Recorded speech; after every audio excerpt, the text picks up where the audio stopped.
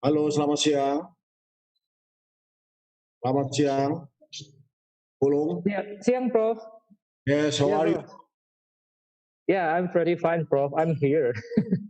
Good, I'm here already.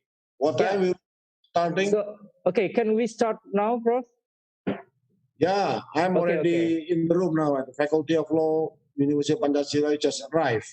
Okay, Prof. Yes. Okay, Prof. So that's right. That maybe I will giving the time for Ruth Artasha as a Madam ceremony to just open the agenda today. Yes, please.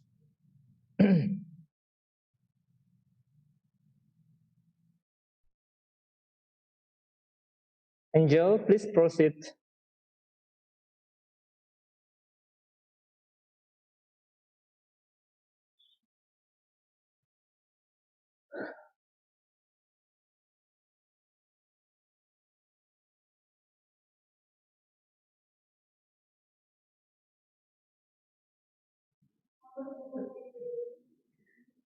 Okay. Am I audible? Yes, you're sure. Okay. Welcome back towards our participants and also lecturers to the program of Lex Proficia 2020. Thank you so much for taking your time to attend this webinar. So today's webinar is going to have a topic which is called Indonesia Law of the Sea. In today's webinar, you're gonna learn about how the legal system works, especially regarding our maritime system, our law of the sea. This webinar is also going to be led by our own grad teacher, Professor Dr. Edi Purnomo, SHMH. And also, today's webinar is going to be moderated by our own lecturer, Mr. Pulung Widi Harihananto, LLB, LLM.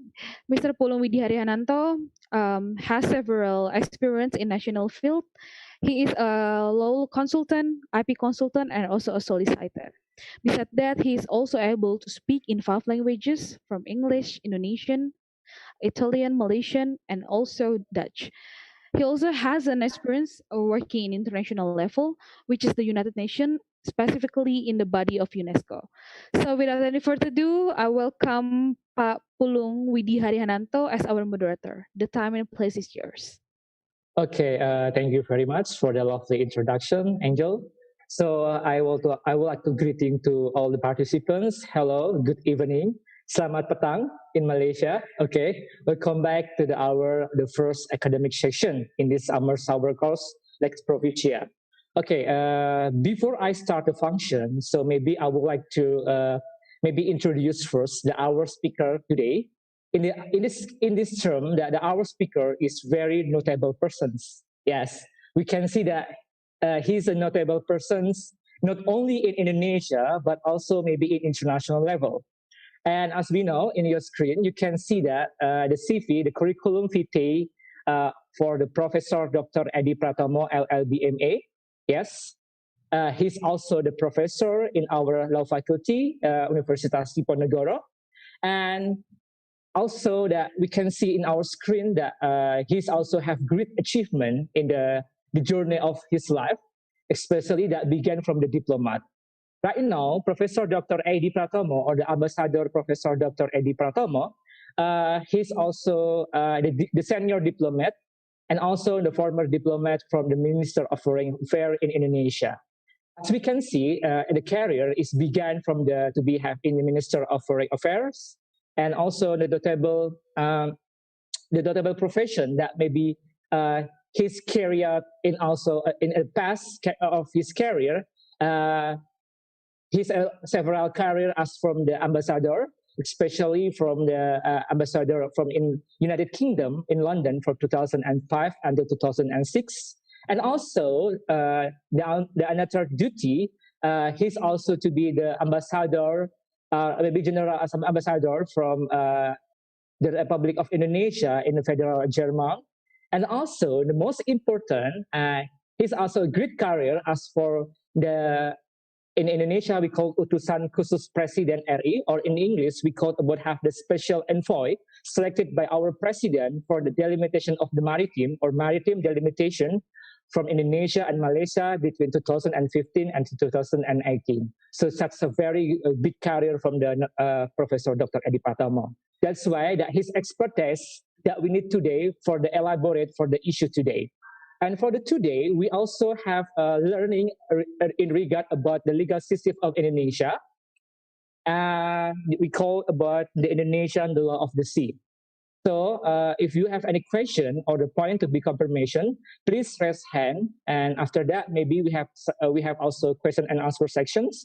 You can also direct by the raise hand, or maybe you also just like direct your question via chat. So maybe I will read for the Professor Dr. Edi.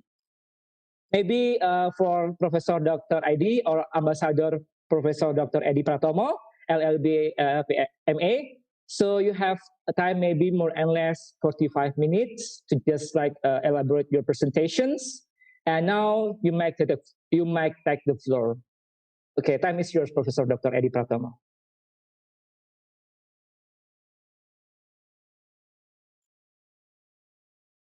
Hello, Mr. Moderator.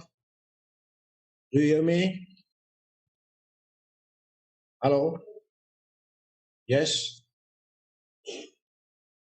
Hello, good afternoon, all students abroad and in Semarang, in Indonesia. Very good afternoon to all of you, students of the University of Diponegoro and participants to these interactive discussions on the law of the sea, especially its implementation in Indonesia. It is a great honor for me to be here, to be invited at this very important event, namely Lex Provincia 2020. It is called summer semester, yeah, summer course, as I was told by Mr. Pulung from Semarang. I have already prepared my presentation, and I think the moderator will provide us with the necessary documents. Distinguished participants, ladies and gentlemen, I would first of all like to introduce the title of our lecture this afternoon. The title is Indonesia as an Archipelagic State, the evolution of Indonesian territory from before Juanda declarations until the implementation of the Juanda declarations. My outline would be 5 items.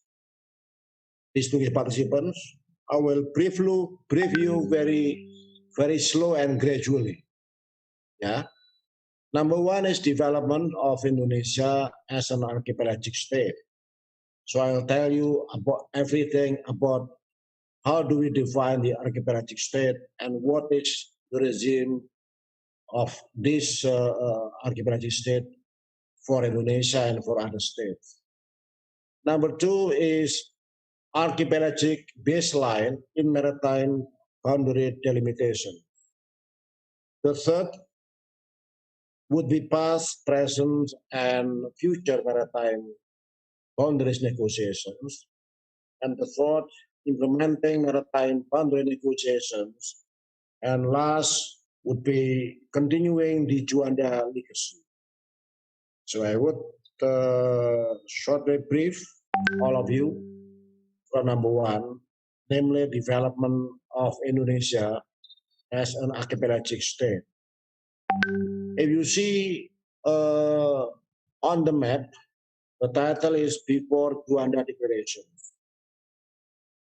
This is very much important in our history on the law of the sea. Why?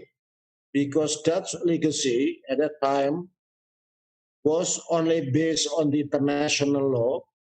At that time, only 3 nautical mile territorial sea, while now it's already extended to 12 nautical mile territorial sea from each islands So there was high seas pocket between the islands of Indonesia.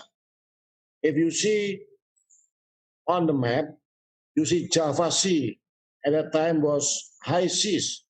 So many foreign ships were trying to enter the Indonesian sea from South China Sea and then Strait of Malacca. Because why?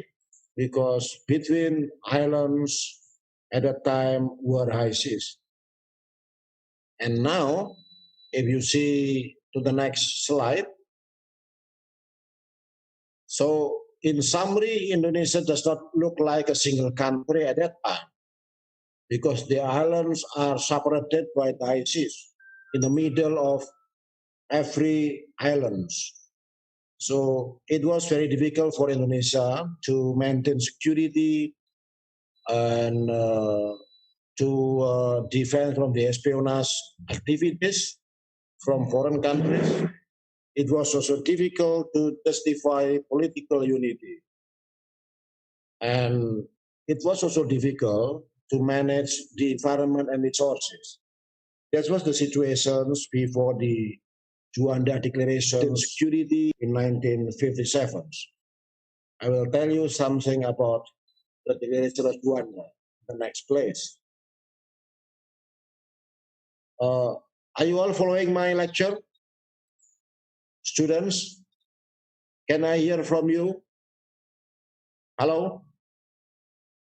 Is it too quick or is it okay for all of you?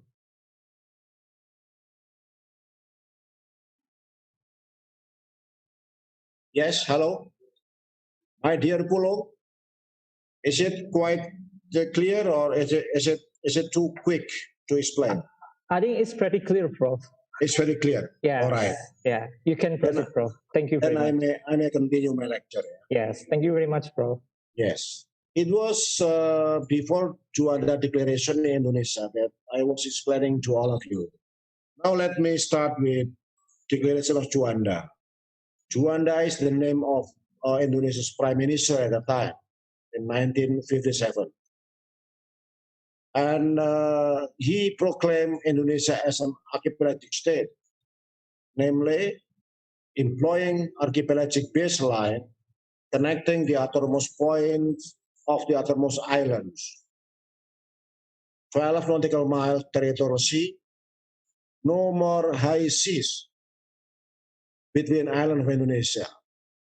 You see now the map, the black map and the blue color is already part and parcel of the Indonesian territory. Yeah. Let us now proceed to the next page, please.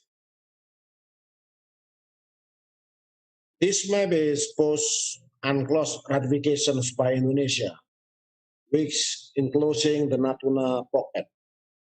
We have an islands, Natuna Islands, located between Malaysian Peninsula and Malaysian Islands.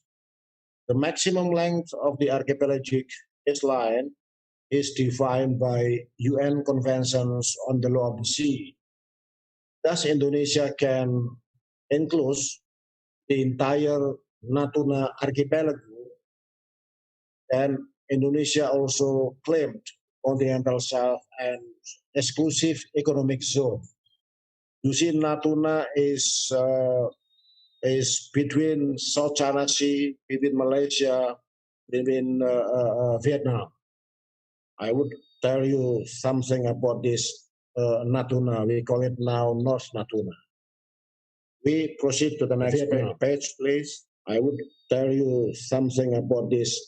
This one is the present situation of the Indonesian map. We proceed to the next page. We have one map policy. Tell you so we have archipelagic water. This one is the present situation time of the Indonesian map. We proceed to the next page. The economic exclusive zone and continental shelf. This one is the present situation beyond 200 nautical miles. The economic exclusive. This map is very much comprehensive. This makes 200 three different regimes of zones.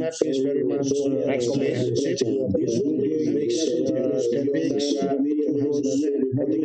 Yes, I'm now telling you about key points of what I have already explained on the Juanda Declaration. The key points are Indonesia employs a system of baseline that connects the outermost points of the outermost island. You may see Article 47 of the UN Convention on the Law of the Sea. And the second is that the waters inward of the baseline, including the water between the islands, regardless of the distance from the land, are considered as Indonesian waters. Not the case in the previous years. And the third, for delimitation purposes, Indonesia used every point on its baseline as base point to draw to claim the maritime boundary of our neighbors. On its baseline, this one is base point in reference in accordance with Article 15, Article 74, and Article 83 of the UN Convention in reference on Article 15. Yes. Next. This is an example, dear participants and students. How do we draw the median line in the negotiations? This is our example. This example is drawing the median line that do not help the existence of asymmetric baseline. So if you see the picture, the median line is in fact equidistant from base point of each island.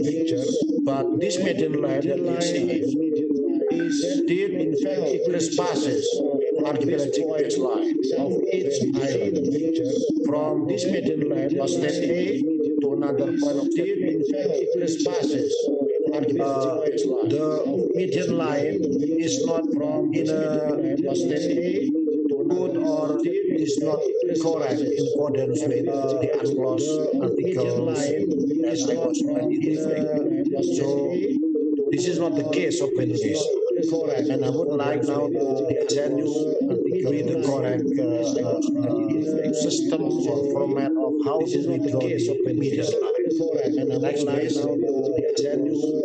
With the correct system or format. This picture, this map is showing an example of how we do draw median line by counting the existence of our archipelagic baseline of state A. How we do state A, for example, is median line, and state B is our neighbors of our archipelagic. They are neighboring with 10 countries. For example, is median line. So this median line drawing is equidistant and is in accordance with the UNCLOS. So especially those articles is equidistant. This median line do not respond with the archipelagic baseline. So now between state A, there are 4 islands of state A, and state A are facing the neighboring country name of state B.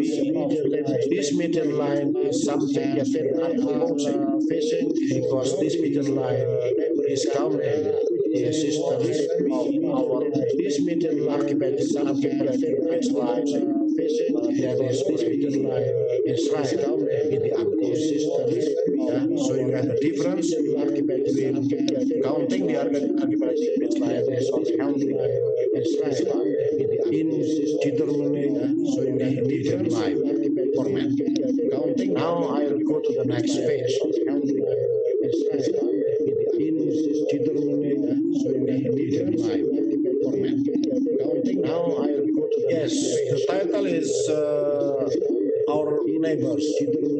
They are having 10 states, namely Yes, you can read it very easily in the Thailand, Malaysia, Singapore, and any other countries. We have boundary on territorial sea. We have boundary on exclusive economic zones and also continental shelf.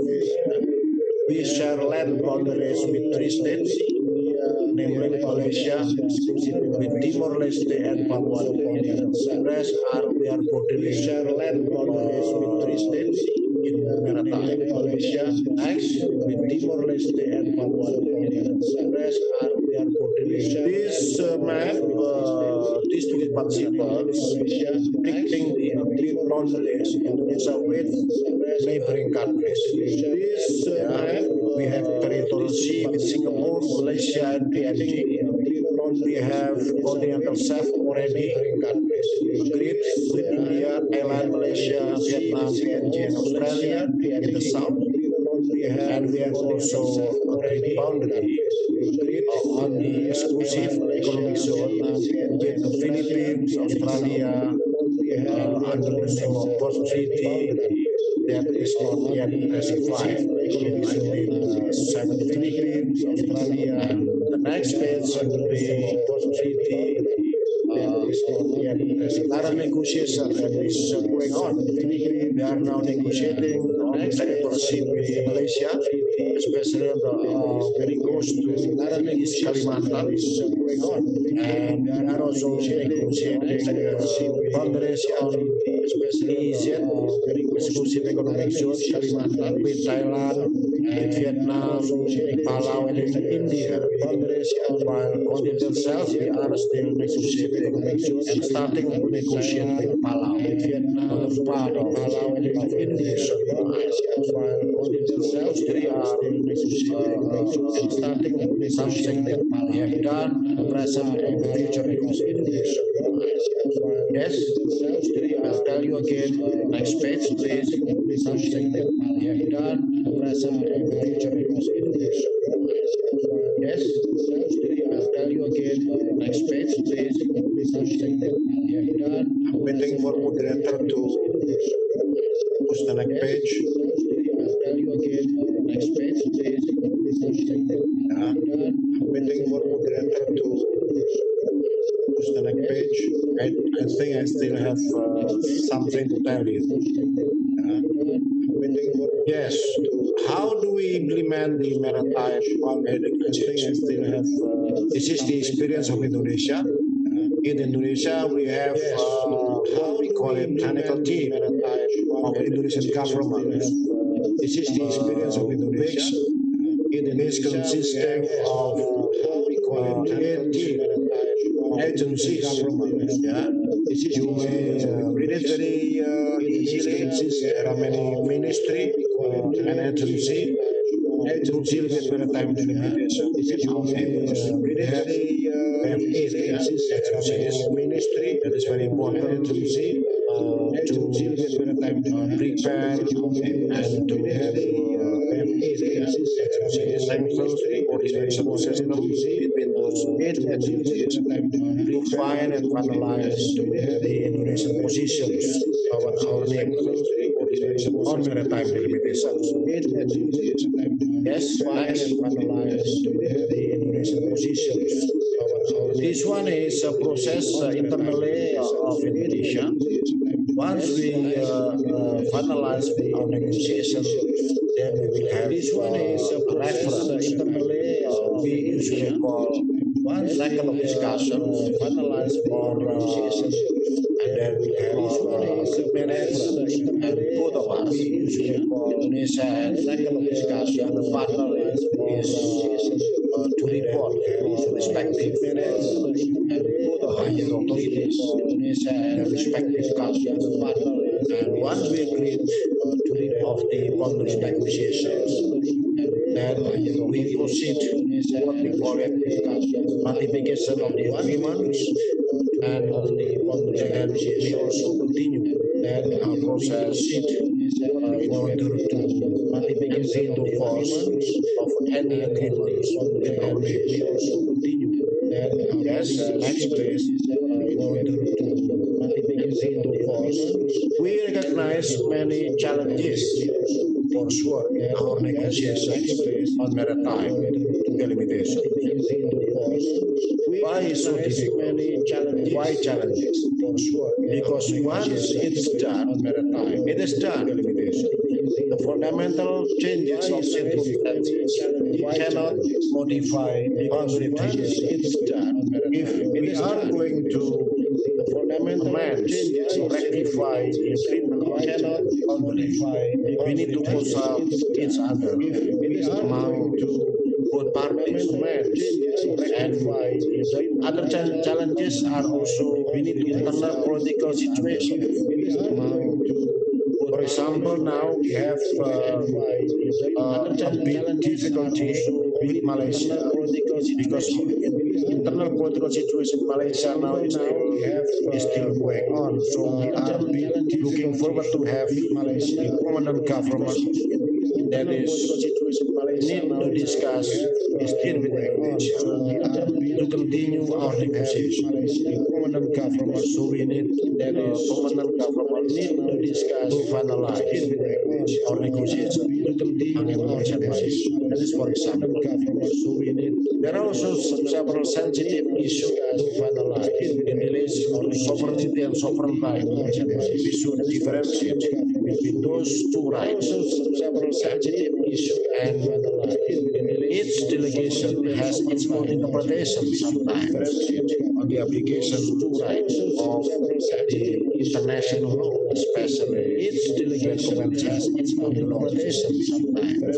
And we have also several interpretations on special circumstances, on the role of status of maritime features, reef, rocks, etc. We need also to take into consideration decision by maritime features, especially with regard to the South China Sea in 2016. This decision was very monumental for our negotiations with regard within neighbors, especially the South China Sea, and other areas for our negotiations. Yes, please. You still have time, Mas Pulung? Yes. Yes, Professor. You have more and less maybe 25 minutes left. Okay, then I will continue this. What is the uniqueness of maritime? You have more and less Negotiation on maritime is very much unique. Okay. Why? Because it has always been a long process of negotiation. For example, when we negotiated with Vietnam on continental shelf, we have been negotiating for quite some time, approximately 28 years to finish. And the importance of comprehensive understanding of legal, technical, and technical aspects for those who are negotiating, they need to upgrade the knowledge of the linkages issues in order for the negotiator to master the issue of negotiation. And we need at the national level the necessity to have a solid single position of Indonesia. That is comprising of so many different agencies. Internally, we need to discuss, we need to negotiate among ourselves. Before we go, comprising of so many different agencies. Yes, next please. We need to negotiate among ourselves. This is the alternative options when negotiation is deadlocked and going nowhere. We as negotiators should explore any other creative line of thinking that is mutually agreed. And there should be a political consideration any other creative acceptable solution that is mutually agreed. Yeah, and we need also to explore other avenues. It may be also third-party settlement mechanism. We need also to explore. There are many choices: arbitration, international court of justice, third-party clause, international tribunal, many choices, mediation, and conciliation processes. There are many avenues, and The other thing is we can also initiate a provisional arrangement between parties when we did not agree to special areas. Before we finally agree that we may have a provisional arrangement in order for both of us to satisfy our different views in order to settle the case temporarily.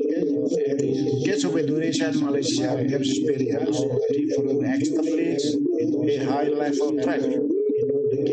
Pak Pulung was mentioning about special envoy mechanism to deal with political options beyond legal and technical matters. And we already have those this level threat options in Malaysia at the level of special envoy. But now this track has already been finished until and unless we have another solution between our two countries, especially Indonesia and Malaysia.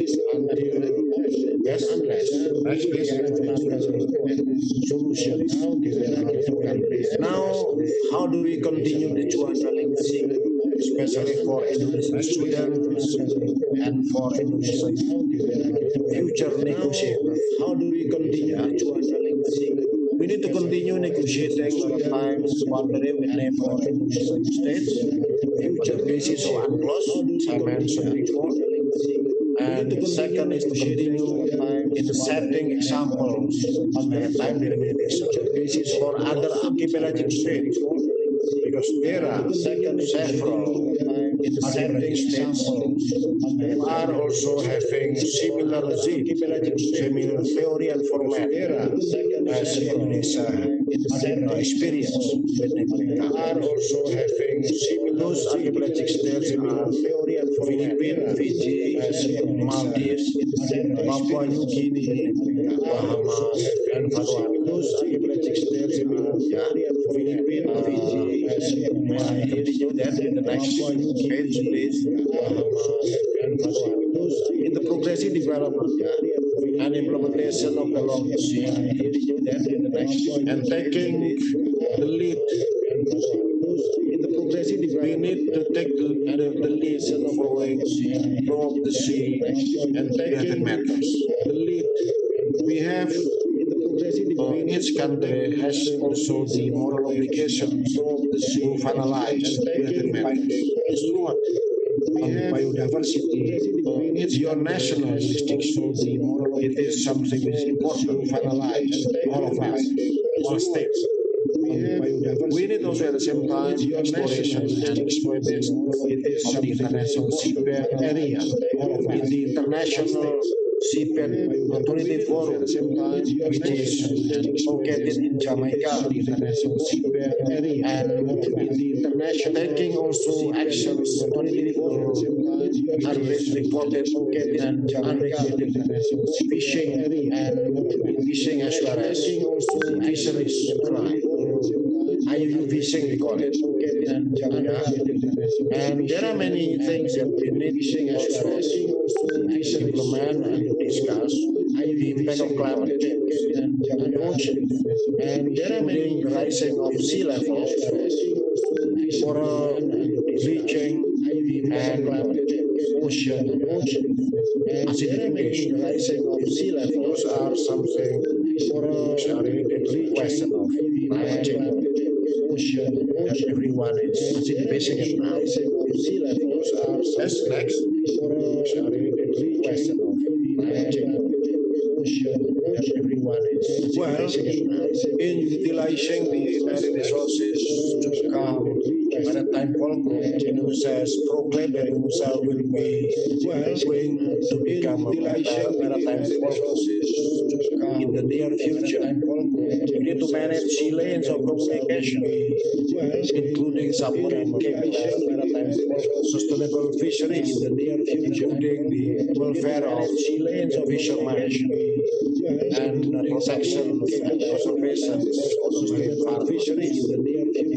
We need also to change the society paradigm because everyone in Indonesia now is always considering land consideration based policy.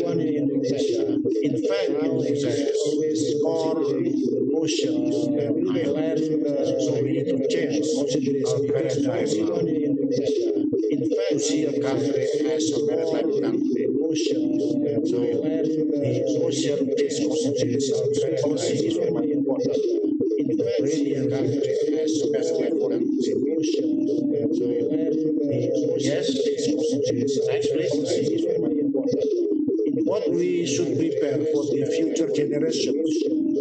I think we need to raise awareness of the Indonesian encouraging and maritime conditions in the young people should prepare for the future. And we need also to prepare, I think we to initiate a program of maritime lessons or lecture in many different universities of Indonesia. We need to also increase ocean-related research for students in order to provide widespread of literature. We need to foster increase ocean. It is also very important for students better funding literature to better understand about maritime challenges. And I think last but not least, active participation better understand for youth, for young generation in maritime diplomacy. Last but not least, different active participation forums, regional youth, bilateral as well as bilateral diplomacy. Yes, I think I have come to the end of our discussions, and I would like to thank to all of you, dear participants. I think I'm quite happy to be part of you. If you still have any questions or comments, participants, I think it is great time happy to be all of you to discuss and communicate with me or comments. Even though we are already having discussions by discussing, it is still very opportune for all of us. Open discussion by Zoom meeting on the species of it is still very. Thank you very much once again. Congratulations for this initiative for this summer course, and looking forward to meeting you again. Thank you very much once again. Maybe offline in the near future. And COVID is summer course finished and has got yeah. Thank you once again. Wassalamualaikum warahmatullahi wabarakatuh. Back to you, Mas Puluh. Okay.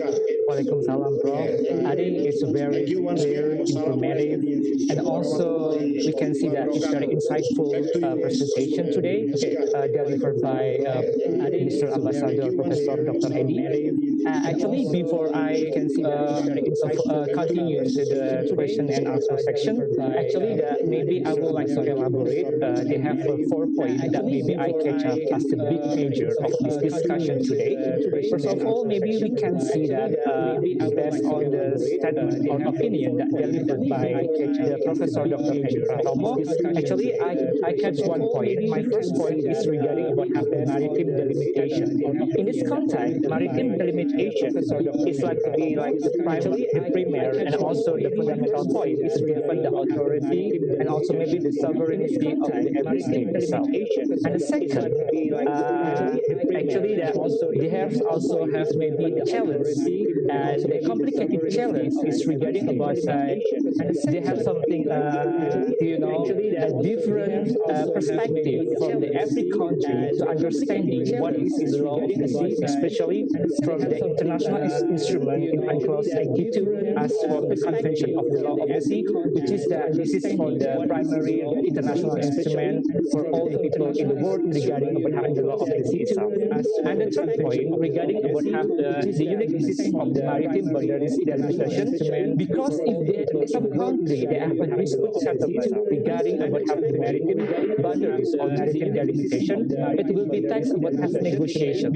And we some pay attention from the negotiation itself, we can see that the negotiation is still about long haul process of negotiation to create it or maybe to produce what have win-win solution itself. We can see that the negotiation maybe the fourth maybe is very, I think that to create it, the unique point that I catch from the presentation from Prof. Eddie, it's regarding about how the alternative option if there is a deadlock, if the country discuss regarding about how to catch maritime delimitation, where maybe there will be a rise about win-win solution, or maybe they choose about elaborate the creative line between or purpose between two countries. Maybe there will be a rise. I think that's the point that maybe I catch up by the presentation today.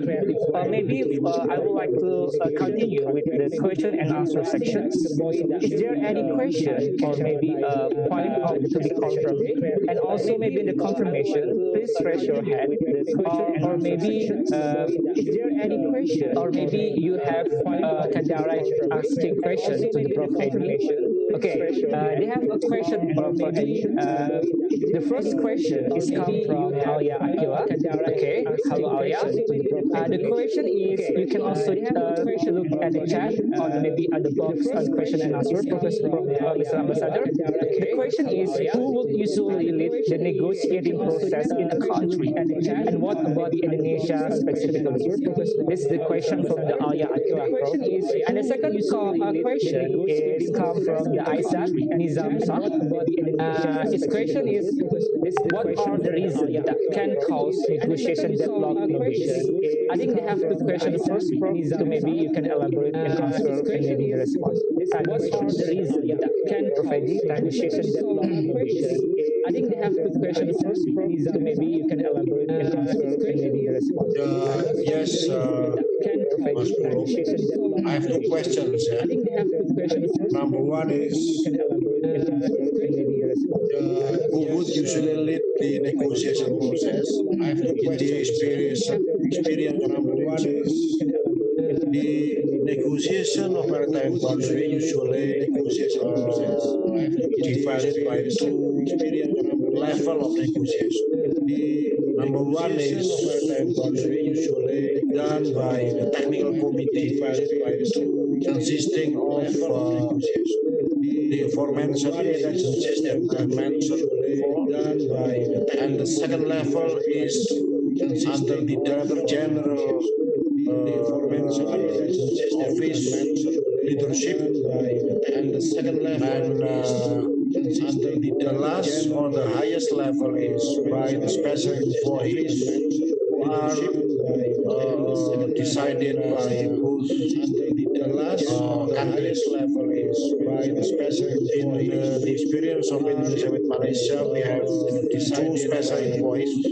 Yeah, both are former ambassadors in the experience of Indonesia. We have two special envoys and former ambassador of Malaysia abroad. So under the three level of negotiation process, then the final stage would be finalized by the foreign ministry level of negotiation. After three level of negotiation, there will be a final. When the foreign ministry holds negotiation with his or her counterpart, they will have a professional agreement to be submitted or to be reported to the president or prime minister of both countries for them to decide and to sign the agreement. And after that, as I mentioned, the agreement has to be finalized, to be brought to the respective parliaments, and after that, as I mentioned, to agree. The agreement has to be in the process of ratification brought to the agreement. So the process is a long whole process of negotiation. As I mentioned, Akila, that in our experience with Vietnam, we need to have 28 years to analyze video demand.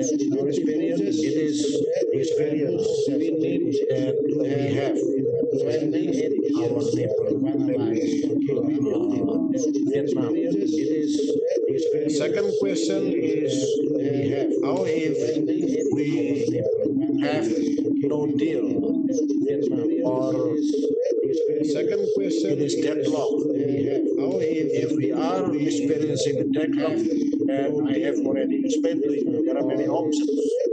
Second question is deadlock. We need to upgrade if we level of experiencing the deadlock, or I have already explained. We may then submit our dispute. We need to upgrade party settlement, or I have already explained. We may also submit ICJ process, ITROSI process that I mentioned, and we can also appoint one arbiter of the arbitration process, or at the same time we may also try to find a solution by mediation or process. There are many ways, or at the same time we may also but it's very much whole process of negotiation, and it is the experience. There are many ways, especially my own experience when I was appointed as a special employee process of the presidency by the experience on the maritime, especially my own experience. Those are my appointed as a special employee process of the response by the board on the maritime. I thank you very much, and back to you again. Those are my Okay, is there any, before I start the next question, actually, is there any response from the Alia Akila and also Mr. Isaac Nizam, sir? Before I start with this question, the next question, actually, maybe it is pretty clear. I will continue to another question. Okay, I think there's because there's no response. I will, okay, thank you very much for the confirmation for the both of you, Mr. Questioner. Okay, and also they have question from Ainur Anissa. The question is regarding about what is your view? I mean, like your view on the encroachment in the maritime area of any country made by the Navy, an official body come from any country. That's the question addressed by Ainur Anissa. So I giving the time made from the Ainur from the Prof. Edi to respond to the question. That time is yours, addressed by Ainur Anissa. Yeah, thank you, Anissa, for the very brilliant questions. This question is very much important and very crucial to respond to the question. Very the engrossment is happen sometimes when one of its ships entering one another disputing areas, when is disputing maritime boundaries. Usually it happens in the areas we are still in the negotiations. Disputing maritime boundaries. There is no encroachment. Usually it happens in the permanent boundary that are negotiations. Disputing the encroachment has always been in the area of overlapping claim in two countries or three or more countries. Has always been. If you are following very closely the situation in South China Sea, I think there are two countries or three other foreign ships. If you are following very closely, which are entering our overlapping claims. So we need to once again remind them that you are entering to the maritime claim areas. We need to once again we are urging you to leave the areas. If not, then we will have something to do. And that's why in the overlapping claim areas, we usually need to initiate what we call professional arrangement. That's why in the code of conduct, as it is introduced by ASEAN countries, in the South China Sea. That's why. How do we take the code of conduct? How do we behave in the area of ASEAN Pacific Cliff? We should be getting very careful because nobody is because everybody is claiming. So we need to negotiate on the paper rather than negotiate on the sea. Because the sea areas, are so many different zones. We have territorial zone, we have exclusive economic zone, as well as colonial zones. So many different zones. They have certain rights to us with the permission of the as well as state concerns. They have certain rights without any permissions. Then one country could expel the ship from that area. They have certain rights without any. So that is the response of me as a spokesman of overseeing that area to special areas. So that is the response of me. Okay, thank you for the response and answer, Professor. So before I start the new question, is there any response from Ainur Anissa to following up the question? For the response and answer, Professor. Mrs. Ainur Anissa, the new question. Okay, I think it's very clear. Is there any question from this host? I mean, like from another participant in regard with Prof. Eddie's presentation today? I think it's very clear. If you have any question, maybe you can ask directly by the raise hand. So maybe you can ask directly to Professor Agi, or maybe if you want another way, that maybe you can also ask written up about your question in the chat or on the box of the Q&A. Or maybe if you want another way, that maybe you can also. Is there any questions written up about your question in the chat or on the box of the Q&A? Or maybe if you want okay. Is there any maybe from the Indonesian student also? You can also has right to just raise the question. Okay. Please, from Indonesian students, you have the floor. I'm pleased to listen very carefully to you. Raise the question. Okay. Please, from Indonesian students, you have the floor. Okay, I saw that several Indonesian students also join in our participant today. So maybe you have a time. Please use about this special time because normally you can ask directly to the Prof ID because due about the time is very crowded and also busy. I think this is the right time for you to ask the question in regard about the issue of the law of the sea, maybe the maritime as well. Also busy. I think this is the right time. Or maybe Angel, if you have a question, I think please can we also to open the question. Maybe your maritime as well. Also busy. I think yeah, Angel. Or maybe you want to have a question. I think please can we also. You are Angel. You need to have questions. Yes. Angel, if you have your question, you want to have the mic to the floor. Please can we also. You are Angel. You need to have questions. Yes. Angel, if you have your question, you want to have the mic to the floor. Please can we also. I think next time we need to initiate offline lecture. Yes, so it will be better than by that.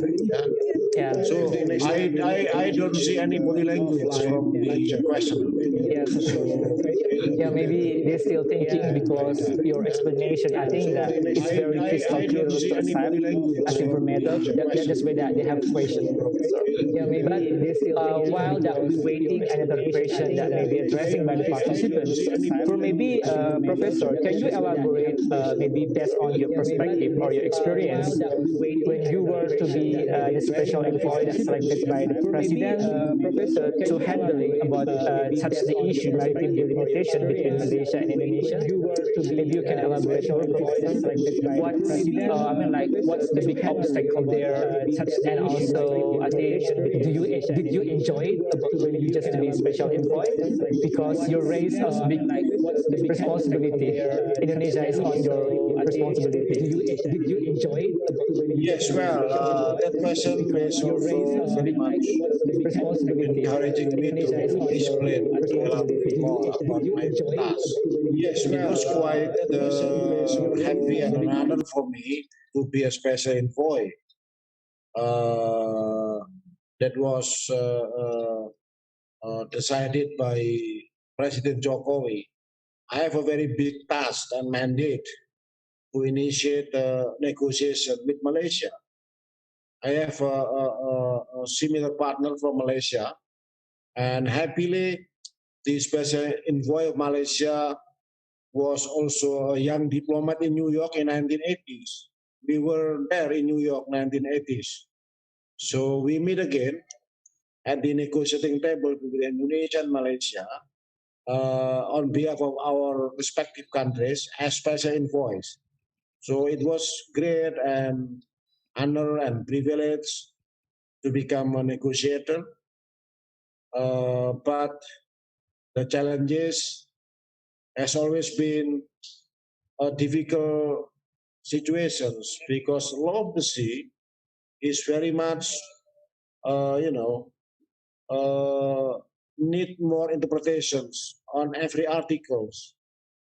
Especially in negotiation, we need to master very fluently what is enshrined in the Article 15, Article 74, Article 83. Those articles are very much crucial. Crucial, why? Because we need to know how do we define what it is called median line. That is equidistance from this point of different countries. When we decide the median line, as I mentioned in my presentation, And also, they have quite Indonesia is an archipelagic state. So the way we draw the line is a bit different with the drawing line by Malaysia, by other countries. Because they need to draw normal baseline, while Indonesia is drawing on the basis of archipelagic baseline. They are connecting the line between outermost points to the outermost islands. They are connecting the line, while normal baseline is drawing from its baseline, which is not connecting their outermost point of their outermost island. So the meeting point in the middle is sometimes different. That's why we are sometimes very difficult to settle one point. For example, in the eastern part of Kalimantan and southern part of Sabah, until now, I think the negotiation is still going on. And even now, still keep pending because we need the political decisions by Malaysian and by Indonesian. So we suggest that we need to negotiate again under the track of technical team. They need to propose several options, several lines, because negotiation under the track of special envoys, we need to take into consideration our political situations, both countries, beyond legal and technical perspective. We do not need to negotiate under technical and legal perspective because we both very good, having very good relations among Indonesia and Malaysia. We both friends, so we need to take each other considerations. We cannot push to our colleague, and our colleague cannot also push Indonesia. So patience and expertise and friendship is very much important. So we need more time. My experience that the challenges are always ahead in the negotiation of maritime boundaries because we can only imagine the line. We cannot have the physical line on the sea. So what we are discussing is on the coordinates. Sometimes we have different methodology in determining the coordinates. So that was my experience, but I'm quite happy being appointed as special envoy and having special interest. And now the negotiation is already in the hands of the foreign ministry of both countries. That is my experience, Mas Pulo. Hopefully the future generation will follow us, that the faculty of law will produce more negotiators on the law of the sea. Yes. That is my hope. Okay. See, it's also my big hope too, Professor. Thank you very much for the response. I think that based on your statement, we are very inspired. So maybe after your statement, they have also inspired the people to aspire and also catch the dream regarding to be the diplomat itself. Thank you very much. Is there any question Nice. that we raise the participants? Sorry, can I? Okay, Angel. Yes, you make the floors. Yeah. Thank you, Mr. Pulung, for the change. For Professor Adi, the questions from Ainur kind of trigger me in here regarding the encroachment in the maritime area. So, as we may have seen, our former minister, Bu Susi, have been doing hot pursuit for like several times, and I'm still kind of confused regarding the process of the hot pursuit. So, is it actually legal for us to do the hot pursuit without any investigation or anything? Yeah. So that's my question regarding the legal process of the hot pursuit itself. Since Yes, my dear Angel, you are really an Thank you, angel. Prof. Well, the question is also very much related to the policy that has been initiated by Ibu Susi as Minister of Fisheries at the time. Yeah. I was also having a difficult situation at the time because the encroachments by foreign ship is not only difficult but also very much having tensions at any time. Why? Hot pursuit is something which is a right of negara pantai. Coastal state. Coastal state. Coastal state has the right to do the hot pursuit. Hot pursuit is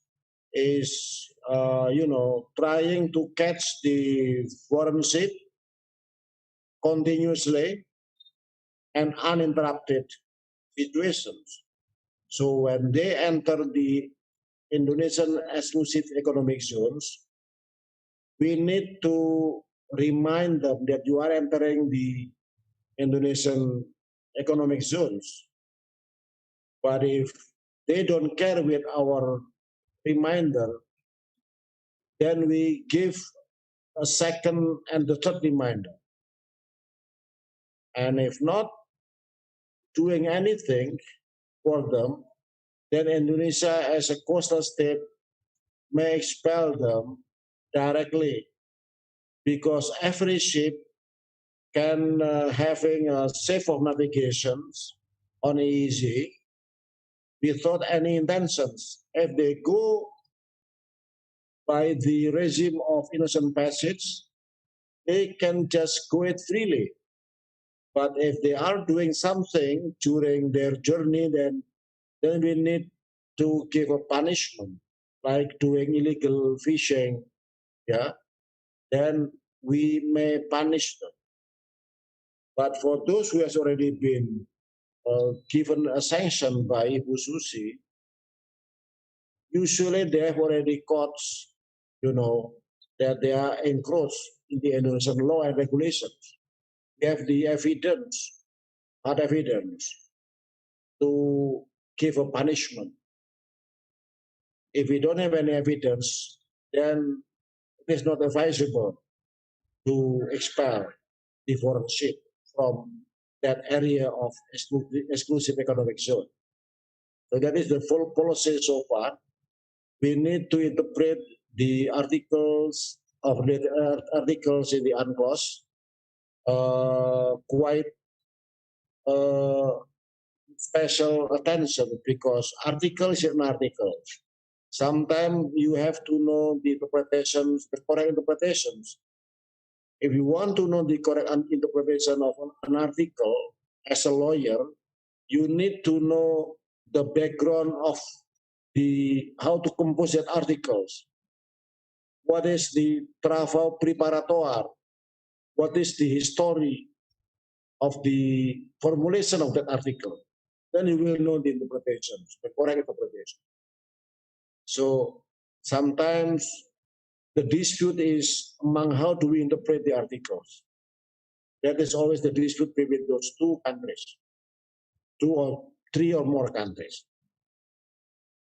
As usual, evidence in many debate on articles, like omnibus law articles that is now being discussed by public, you need to know what is the background, why article is something like that, what was the history of negotiation, what was the history of the preparations.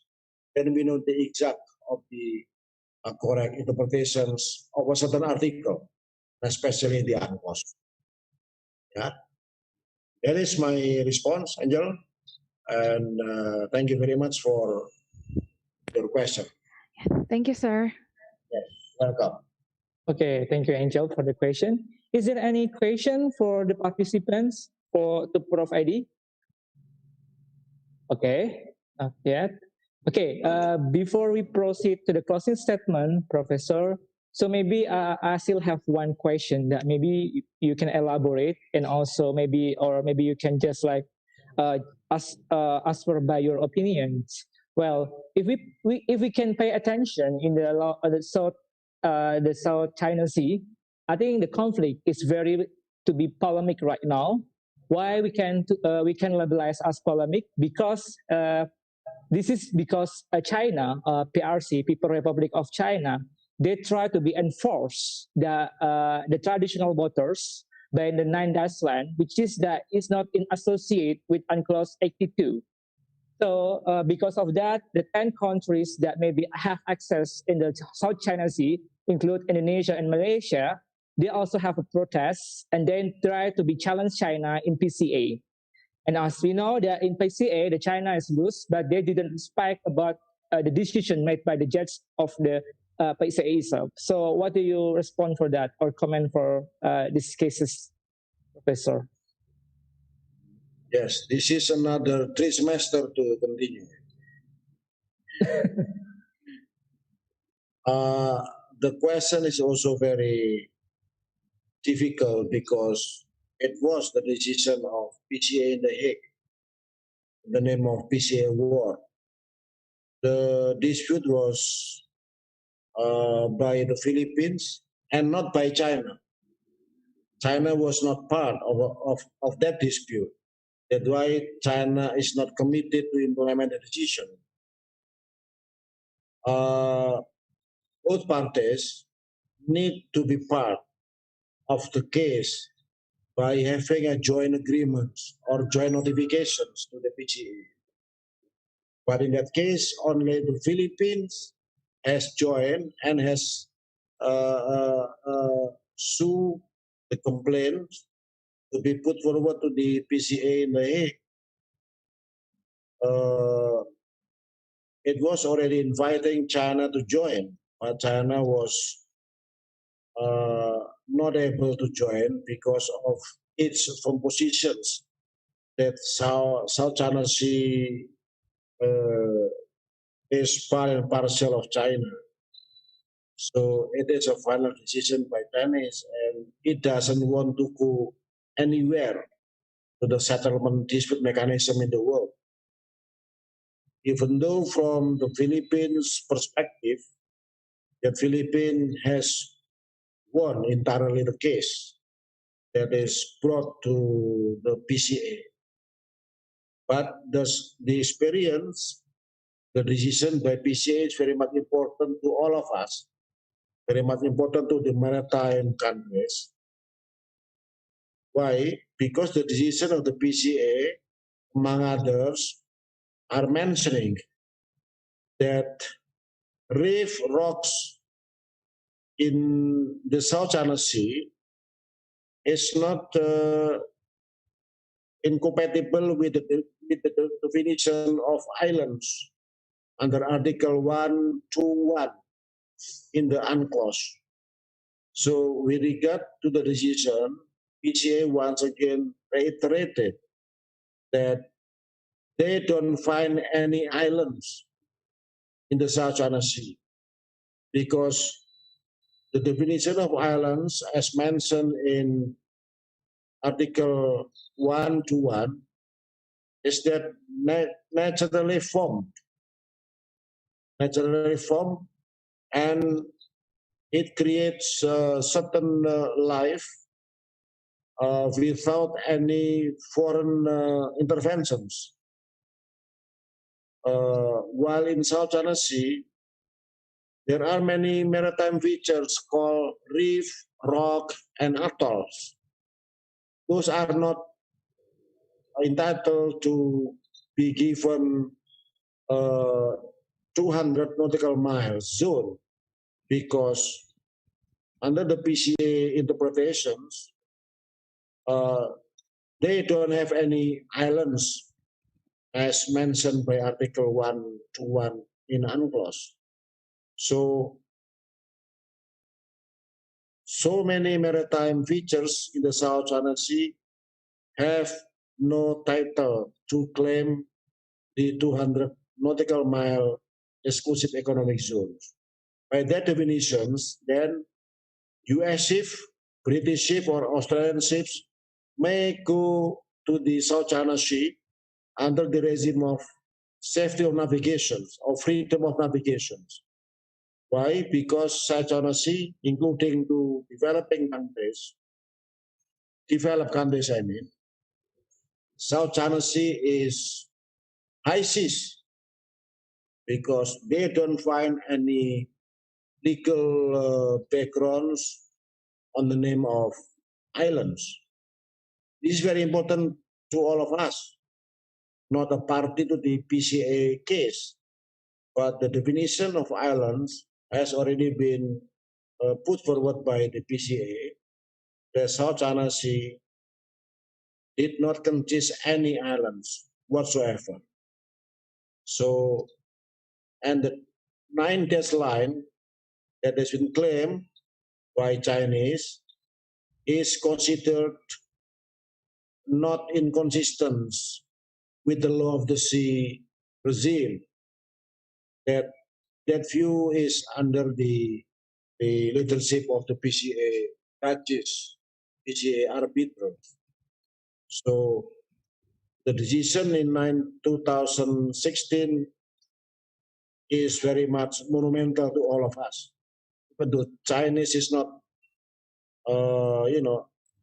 in the same view with us. But PCA has having a mandate to interpret the Article 121 in the UNCLOS.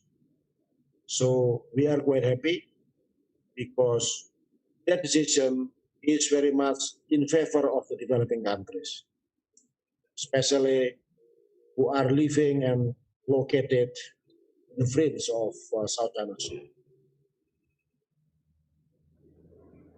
That is my response, Mas Polo. Okay, thank you very much, Professor. Is there any question before we proceed to the closing statement? I think it's not. Okay, Professor Dr. Edi Pratomo, maybe you proceed with the closing statement or maybe the message for our international students. Well, thank you very much once again to my international students, to the University of Diponegoro, and dear participants everywhere. It is indeed a great honor for me to be with you this afternoon to inform you about the implementations of the law of the sea in Indonesian legal system. And we have already ratified the conventions that we call it law of the sea constitutions or ocean constitutions. we are having an obligation to implement the full pledge of these conventions. And we are quite happy because Prime Minister Juanda has proclaimed what we call it Juanda Declarations in 1957. It was a stepping stone for Indonesia to become an archipelagic state, and it was clearly mentioned in the chapter 4 of the UN Conventions on the Sea. And it is quite a good opportunity for students to know about the UNCLOS, the ocean constitutions, because Indonesia and other neighboring countries are having very large oceans. We are living between South China Sea, between Indian Ocean, between Pacific Oceans. We have Strait of Malacca, which is very important for navigation and for transportation. So I think the students of the Faculty of Law need to know more about oceans and its relevance to the legal perspective, especially for your future career, because we need more lawyers who are fluent in international law of the sea. We need more judges, we need more negotiators, we need more lawyers, because I have experience when we have a case before the ICJ, most lawyers who are practicing in the ICJ are from developed countries. I didn't see any lawyers from developing countries who are practicing law before the ICJ. So I would like, I believe, to invite you to study more on the law of the sea, and please be informed if I could be one of your assistants in your career in the future. And thank you very much once again, Pulong and Angel, and my distinguished participants who is following by this daring format, and looking forward to see you again offline next time. Yeah. Thank you once again. Wassalamualaikum warahmatullahi wabarakatuh. Waalaikumsalam. So powerful message to us, Professor. And I hope after this that they catch your point or message to be as the big motivation to raising up to be the international lawyer that have level as from in ICJ lawyer that come from developed country itself. So I think it's very my big hope and big wish too. So I hope that all the people in here, maybe a few of you or yeah, a few of us to be as the international lawyer in ICJ. I hope so because we are from developing country and we are from the ASEANs and we are brotherhood together. Okay, I think this is the end of the section. As the moderator, I'm very great in honor and privilege to be moderated Professor Dr. Edi Pratomo, my senior, my colleague, and also my as an idol. And instead from in this summer course, this is also honor because in here I say that I maybe I like the reunion because I have double master degree and one of them is from the National University of Malaysia, UPM. I miss all have the lecturers from there also. Maybe send my regards, my best regard to Prof. Nazura as well. Well, I think for any mistaken, because human is perfect, I'm sorry. And maybe I giving the time for back to the Ruth Artasha or Angel as from the Madam ceremony. Thank you very much. Thank you so much to our Mr. Moderator, Mr. Pulung, and also our speaker, Professor Dr. Edi Pratomo. It has been a really compact presentations and also lecture by the Mr. Edi. Thank you so much, Pa, for the insights and the knowledge regarding the legal system of the Indonesian maritime law. So we've come into the end of our sessions. I would like to again to express my heartfelt gratitude towards the participants, especially our friends from University Kebangsaan Malaysia, UKM. Thank you so much for coming and taking your time. We really hope that we can see you guys soon. Moreover, physically after this pandemic's over. See you soon. Take care of your health, and yeah. You may leave the meeting as because the host is gonna end this meeting soon. Thank you. See you soon, guys. See you tomorrow, everybody. Don't forget Thank to you, fill the everyone. presents. Thank you very much. Permission to Thank leave. you. Thank you, Professor Edi. Thank you very much, Mas Pulo. Yeah, we're waiting you here in Semarang. Thank you. See you again in Semarang very soon. Yeah. Yeah, thank you. Don't forget Thank you. to fill the attendance form, guys. Yeah. Good luck, everybody. All the best to all of you students. Thank Yeah, you. best of luck.